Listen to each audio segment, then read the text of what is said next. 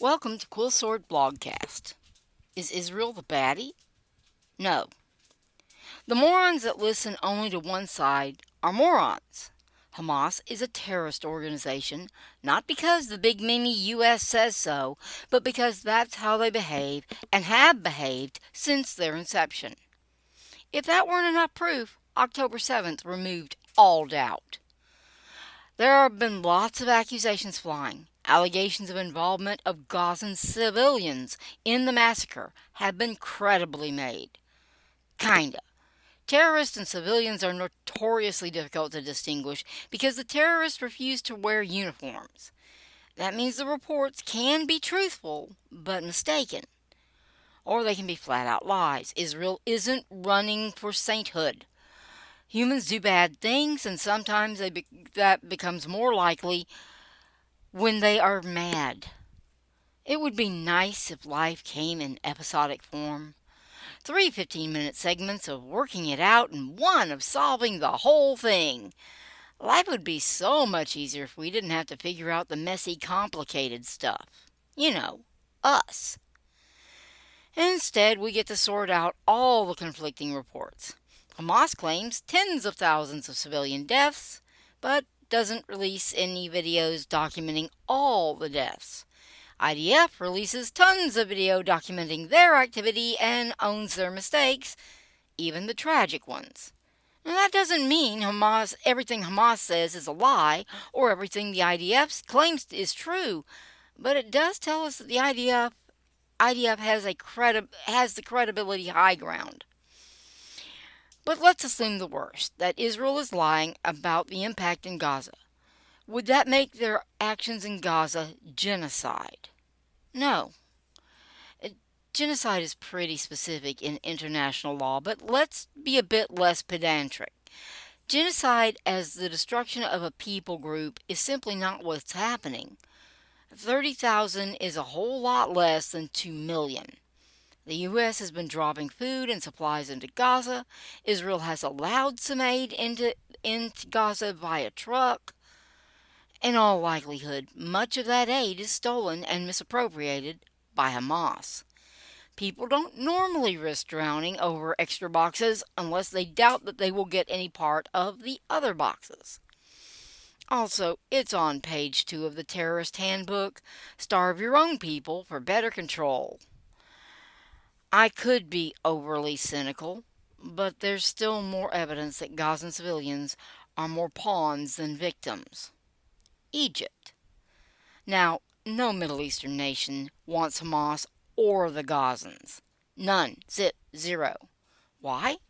Jordan and Lebanon both made that mistake and ended up with terrorist activity on their own lands. Lebanon is a shell of its former self. Jordan refuses to accept any more Palestinians. But Egypt is a different animal. The Sinai is big and empty. Egypt has the capability to provide sanctuary.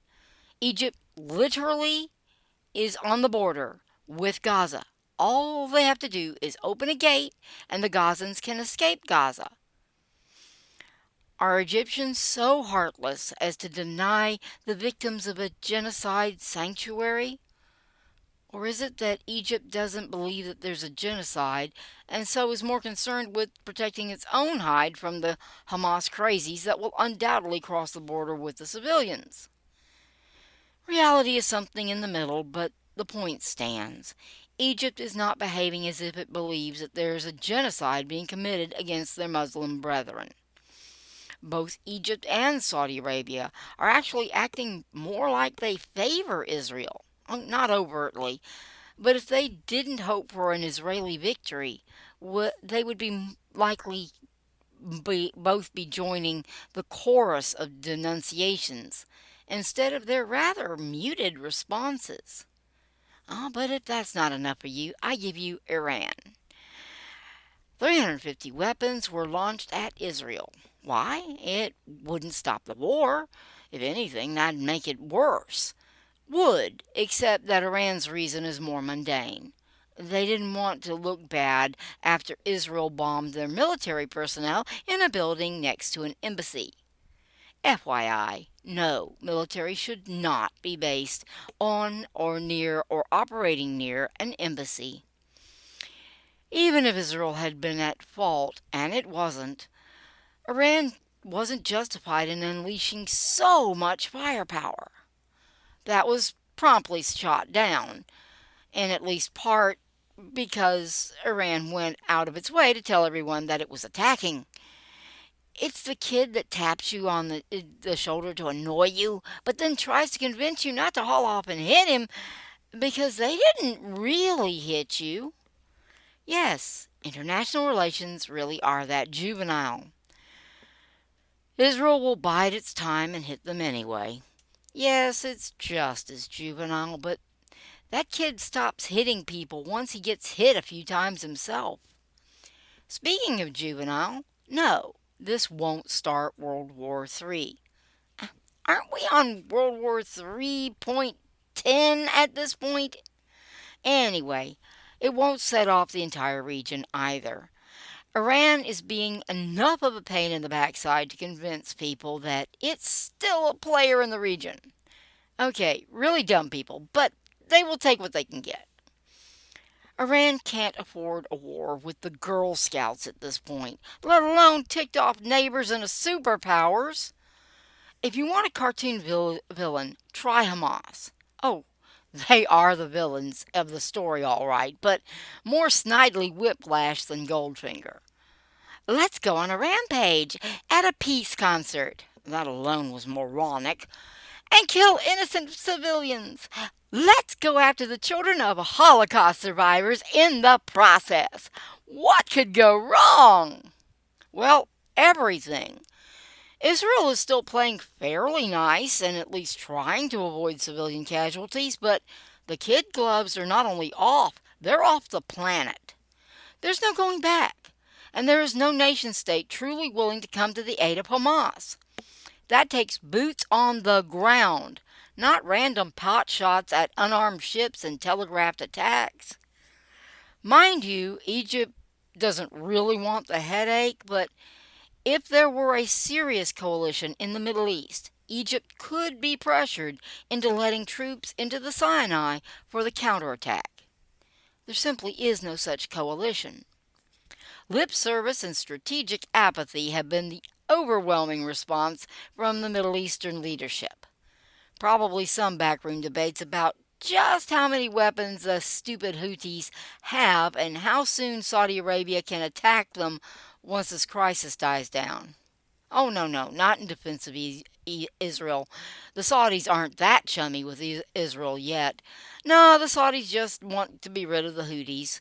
If the idiots insist on disarming themselves kinetically, the Saudis won't complain. Everyone else will, but not the Saudis.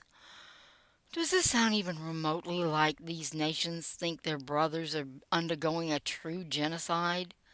Because it sounds more like they're just waiting it out while their annoying little bro gets a walloping for starting a fight he couldn't finish. Hamas is as close to a villain as you get.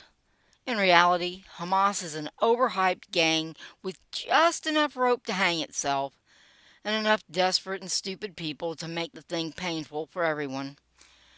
Humans do come in size complex.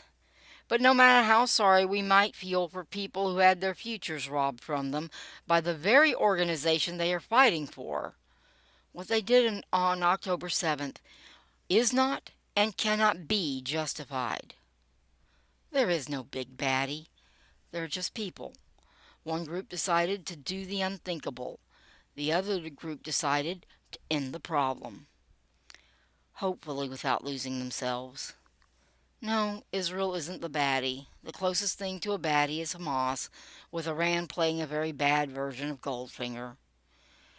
Hamas made its choice and did so on behalf of all the Gazans. There will be no peace in Israel as long as Hamas exists and occupies the Gaza. Israel just took them at their word.